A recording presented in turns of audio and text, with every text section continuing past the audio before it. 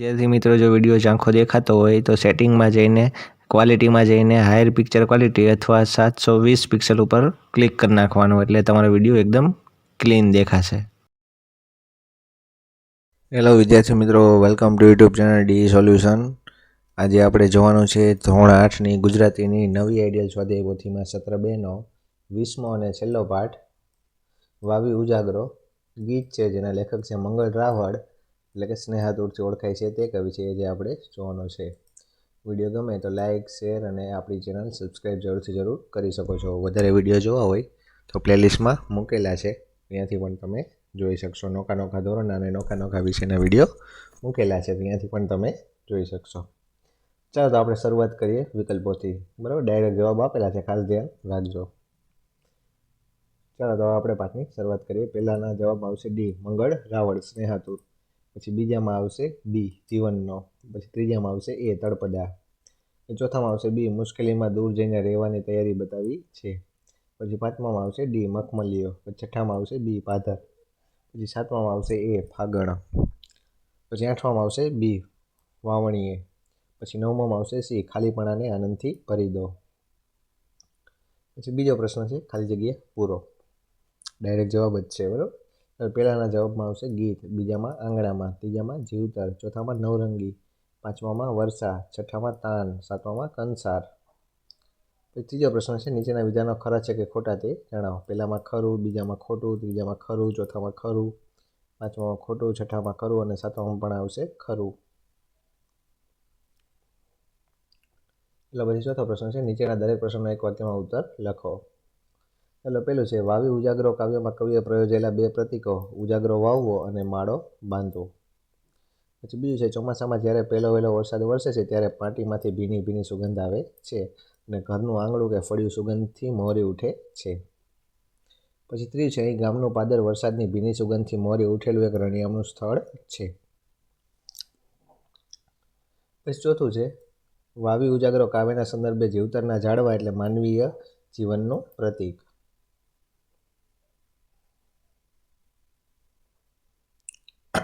પછી આગળ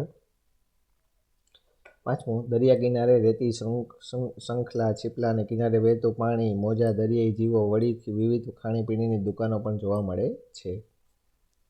પછી છઠ્ઠાના જવાબમાં વરસાદ, ઝરમર, છાંટા, ફોરા, કરા, નેવાધાર, ઢેફા ભાંગ, અનરાધાર, ધોધમાર, સાંભેલા ધાર અને હેલી એમ જુદી જુદી અનેક રીતે વરસે છે। પછી સાતમું સંધ્યા ટાણે સૂર્યાસ્તના રંગો, પોતાના માળા તરફ પાછા ફરતા પક્ષીઓ અને દિવસભરની શાંત થતી વિવિધ પ્રવૃત્તિઓ જોવા મળે છે।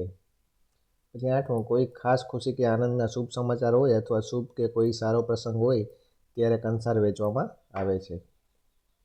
ચાલો પછી પાંચમો અને છઠ્ઠો પ્રશ્ન છે બે ત્રણ વાક્યમાં ઉત્તર અને પ્રશ્નોના ઉત્તર છે એ તમારી સ્વાધ્યાય પોથીમાં છાપેલા જ છે, એટલે અહીં આપેલા નથી, તો તમારી સ્વાધ્યાય પોથીમાંથી વાંચી લેજો।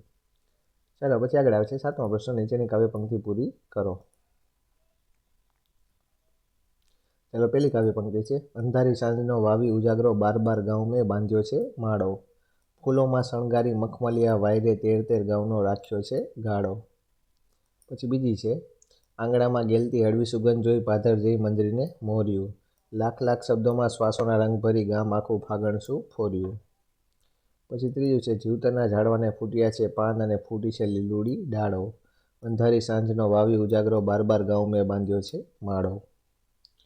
એ ચોથું છે દરિયામાં છલકાય છે નવરંગી ગાન અને વાવણીએ ઢોળ્યો વરસાદ, પગલામાં પ્રગટેલું અલબેલું તાન પછી લાગણીએ વેચ્યો કંસાર।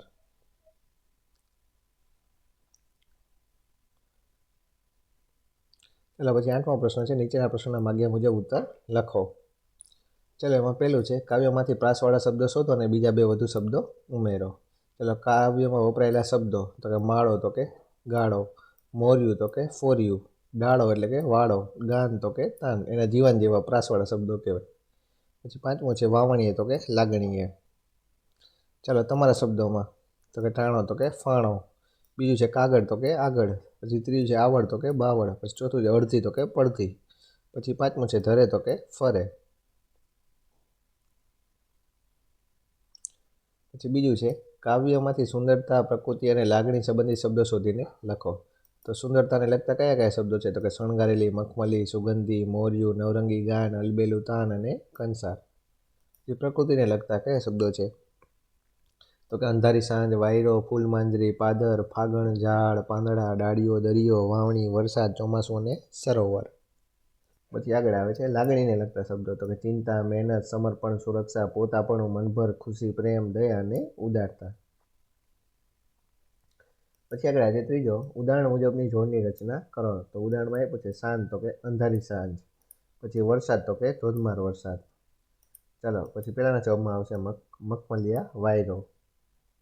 પછી બીજાના જવાબમાં આવશે હળવી સુગંધ. પછી ત્રીજામાં આનંદમય ગીત. ચોથામાં મસ્તીભર્યું સંગીત. પાંચમામાં લીલી ડાળી. છઠ્ઠામાં મીઠી વાનગી. પછી ચોથામાં આવશે નીચેના શબ્દોથી જોડાયેલા અને સંબંધિત શબ્દો લખો. ઉદાહરણ તરીકે માળો, તો કે પંખી રે. દરિયામાં શું હોય? તો કે પાણી. પછી વાયરો એટલે કે પવન અથવા લહેર. ચોમાસુમાં વરસાદ. ઘરમાં માણસ. પછી ગુફામાં પ્રાણી. પછી પાંચમું છે નીચેના શબ્દોનો ઉપયોગ કરી કાવ્ય પંક્તિ બનાવો. ચાલો તો પહેલી કાવ્ય પંક્તિ કેવી બનશે? તો કે અંધારી સાંજના આભમાંથી અંધકારના ઓળા ઉતરે. પછી બીજું, રીમઝીમ વરસાદે ભીંગી ધરતી મંડળું હરખાએ ઘણું. પછી ત્રીજું છે જીવતાના ઝાડવાને ફૂટી છે લીલુડી ડાળોને ફૂટ્યા છે પાંદડા. પછી ચોથું છે વસંત આવતા વૃક્ષો પર આવી મંજરી કુદરત હરખાઈ. પછી પાંચમું છે ખુશીના પડે વહેતી કંસાર લાગણીઓ મીઠી થઈ. પછી છઠ્ઠું છે કાવ્ય પંક્તિમાં વપરાયેલા રેખાંકિત શબ્દને સ્થાને કૌંસમાં આપેલા શબ્દોનો ઉપયોગ કરી નવી કાવ્ય પંક્તિ બનાવો. ચાલો, અંધારી સંધ્યાનો વાવી ઉજાગરો બાર બાર ગાઉં મેં બાંધ્યો છે માળો. પછી બીજું છે પુષ્પમાં શણગારી મખમલિયા વાયરે તેર તેર ગાઉનો રાખ્યો છે ગાળો. પછી ત્રીજું છે આંગણામાં ગેલતી હળવી મેં જોઈ. પછી ચોથું છે પાદર થઈ મોરને મોર્યું લાખ લાખ શબ્દોનો શ્વાસોના રંગ ભરી ગામ આખું ફાગણસું ફોર્યું. પછી પાંચમું વર્ષે છે પવનને ધોધમાર ચોમાસું ખાલીખમ સરોવરમાં વાળો. પછી સાતમું છે આપેલા શબ્દ જોડકાને જોડી અર્થપૂર્ણ પંક્તિ બનાવો. ચાલો ઉદાહરણ તરીકે અંધારી સાંજનો ઉજાગરો વાવી મેં બાર બાર ગાઉં છેટે માળો બાંધ્યો છે. ચાલો પહેલાના જવાબમાં આવશે તો કે દરિયામાં નવરંગી ગાન છલકાયા છે અને વાવણીએ વરસાદ ઢોળ્યો. પછી બીજું છે ફૂલોમાં શણગારી મખમલિયા વાયરે મેં તેર ગાઉનો ગાળો રાખ્યો છે. પછી ત્રીજું છે વાયરોને ધોધમાં ચોમાસું વરસે છે ખાલીખમ સરોવરમાં વાળો. પછી ચોથું છે પગલામાં અલબેલું તાન પ્રગટેલું પછી લાગણીએ કંસાર વહેંચ્યો. પછી આગળ સાતમો છે નીચેના શબ્દોના સમાનાર્થી શબ્દો લખો. ચાલો પહેલાના જવાબમાં આવશે સમાનાર્થી શબ્દમાં સંધ્યા. બીજામાં જાગરણ. ત્રીજામાં ખુશ્બુ અથવા સુવાસ. ચોથામાં મોર અથવા કૂપળ. પાંચમામાં પાન અથવા પર્ણ. છઠ્ઠામાં ફાફડું. સાતમામાં ડગલું.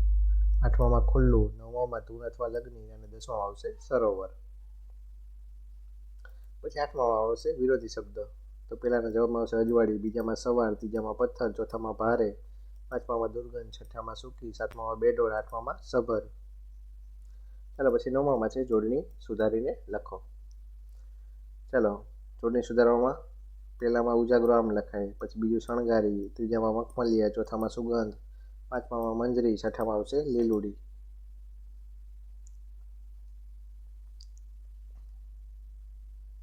પછી દસમું છે નીચેના શબ્દોને શબ્દકોશના ક્રમમાં ગોઠવો. ચાલો તો કક્કાના ક્રમમાં આડાવડા આપ્યા તો કક્કાના ક્રમમાં આવી રીતે ગોઠવાય. પહેલાં આવશે કંસાર, પછી ગાઉ, પછી જીવતર, પછી ધોધમાર, પછી પાદર. પછી બીજામાં આવશે આંગણું, પછી ઉજાગરો, પછી ચોમાસું, પછી લાગણી, પછી વાવણી.